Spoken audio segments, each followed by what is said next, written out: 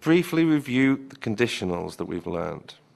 In our first example sentence, if you don't eat, you get hungry. This is what we call the zero conditional. Both clauses of the sentence, if you don't eat and you get hungry, both are in the present tense.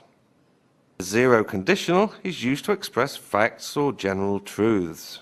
If you don't eat, you get hungry. Not on any one particular occasion, but generally. Our second example sentence, if it rains, I will stay at home. This is the first conditional. In the if clause, we use the present tense. And in the other clause, we use the future tense. If it rains, present tense, I will stay at home, future tense. The first conditional is used for real and possible situations. It's quite possible or likely that it could rain tomorrow, therefore I would use the first conditional here.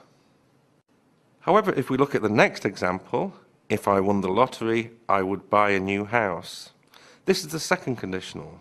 In the if clause, we have the past tense, if I won the lottery. In the other clause, we use the modal verb would. I would buy a new house. This modal verb could be replaced by other modal verbs, such as may or might. The second conditional is used to express unreal or hypothetical situations, unlike the first conditional, which was used to express real situations. Often it's a matter of perception whether you see the situation as being real or hypothetical. Our next example sentence, if I had studied harder, I would have passed the exam. This is an example of the third conditional. In the if clause here, we have the past perfect tense, if I had studied harder. In the other clause, we're using the modal verb would again with the perfect form after it, have passed. So, I would have passed the exam. This is what we call the past hypothetical conditional. Both of these clauses are talking about the past. If I had studied harder in the past, I would have passed the exam in the past.